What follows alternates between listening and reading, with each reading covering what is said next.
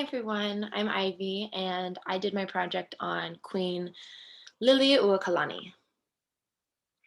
Queen Lili'uokalani was the first and only woman to rule the monarch of Hawaii. She was born in 1838 and died in 1917. She was held captive for 8 months, which I'll explain later. Her royalty was passed down after her brother died. So her brother had the royalty, he died, then she got it. So she was sovereign over Hawaii from 1891 to 1893. So a very short time, only 3 years. The monarchy. So what was happening in Hawaii during this time? This was still happening when her brother was ruling. That's him in the picture you see.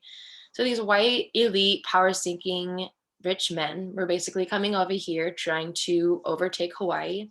They did so in many different ways. One way they did it was when the brother was ruling Hawaii, they forced him to sign the Bayonet Constitution, which basically gave zero power to anyone in the monarch, anyone that was Native Hawaiian, and gave all the power to the people that were trying to overtake Hawaii.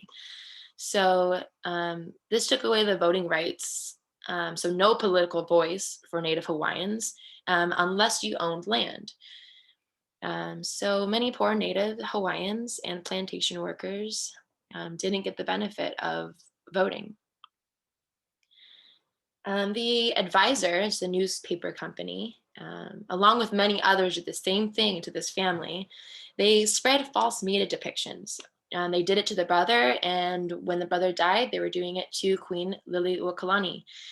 They accused her of attempting to subvert the Constitution in 1887. So when society heard this, it really changed, it dramatically changed views of the queen. So people started seeing this as the downfall of the monarch. Even though it wasn't true that she tried to change the constitution, people still thought it wasn't okay for her to do. Um, and nevertheless, this had lasting effects on her ruling.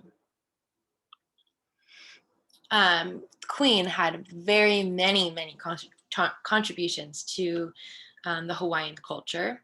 One is her musical influence. So the national hymn of Hawaii was actually composed by the Queen Lili'uokalani, as well as Aloha Oe, which is translated to farewell to thee. Now the imprisonment quilt you'll see on the right-hand side is a quilt the queen stitched when she was held captive by U.S. military. The U.S. military. She was held captive in a little castle palace for 8 months in a very tight little small room. And what did she do with her time? She composed a lot of songs, but she also stitched this imprisonment quilt, which was used to resemble the corporate greed of this time. It also resembled the political document of American imperialism. I did want to add that the Queen was the first and only person to bring over a hospital to Hawaii. So she went door to door knocking on doors saying, hey, you know, 80%, she wasn't saying this, but 80% of the Native Hawaiian population was dying because of disease. So she took it upon herself to find a solution for that. Nevertheless, after she died in 1917, she gave all her money to the children of Hawaii. She felt that that was gonna produce the best outcome for the kingdom that she was leaving behind.